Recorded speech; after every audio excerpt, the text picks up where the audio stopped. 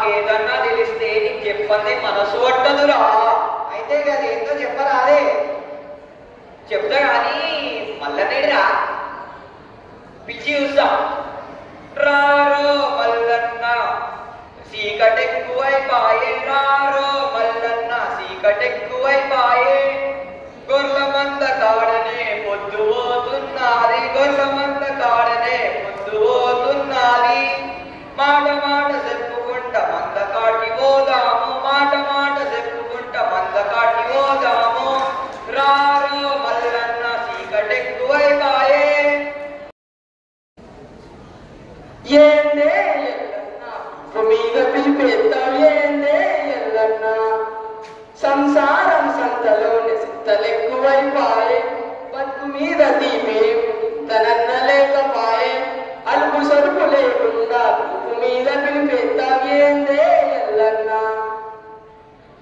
ఏం లేదన్నా ఇవాళ సెప్టెంబర్ 9 యాదుందా? యాదుంది. సెప్టెంబర్ 9 యాదుంది. అలా కొత్త ఏముంది? అవునన్నా గంట మాట అంటావేంది? ఇవాళ కాళోజీ నారాయణరావు గారు పుట్టినదినం. ఇవాళ కాసార్ పేరు మీదే తెలంగాణ తెలుగు భాషా దినోత్సవం జరుపుకుంటాం. అవునానే? అయితే సార్ గొప్పదనం ఏందో చెప్పరాదు. అణచివేయబడ్డ ఆగమాగమైన మన తెలంగాణ భాషకు ఆ సారు జీవం పోసిండు.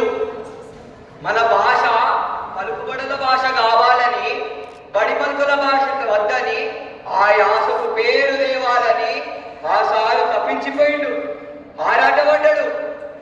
కడదాకా మన యాసను మన భాషను కడుపులో పెట్టుకొని కాపాడిండు ఆ సారు.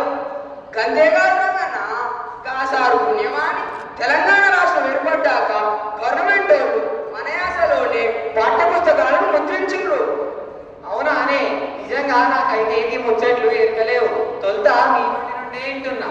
ఇప్పటి సంది మనం ఏడ కూడినా గానీ మన భాషకు జీవం పోసే పనే చేయాలి.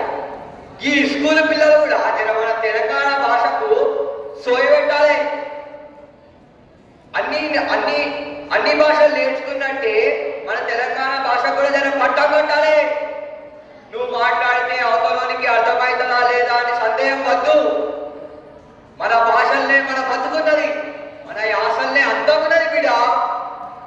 ఎనుకట ఎవరెదురు పడ్డ అన్న తమ్మి పెదనాయన కాక అని వరుసలు పెట్టుకుంటా అందరినీ కలుపుకుంటా వెలుసుకునేది బాగా యాదున్నది.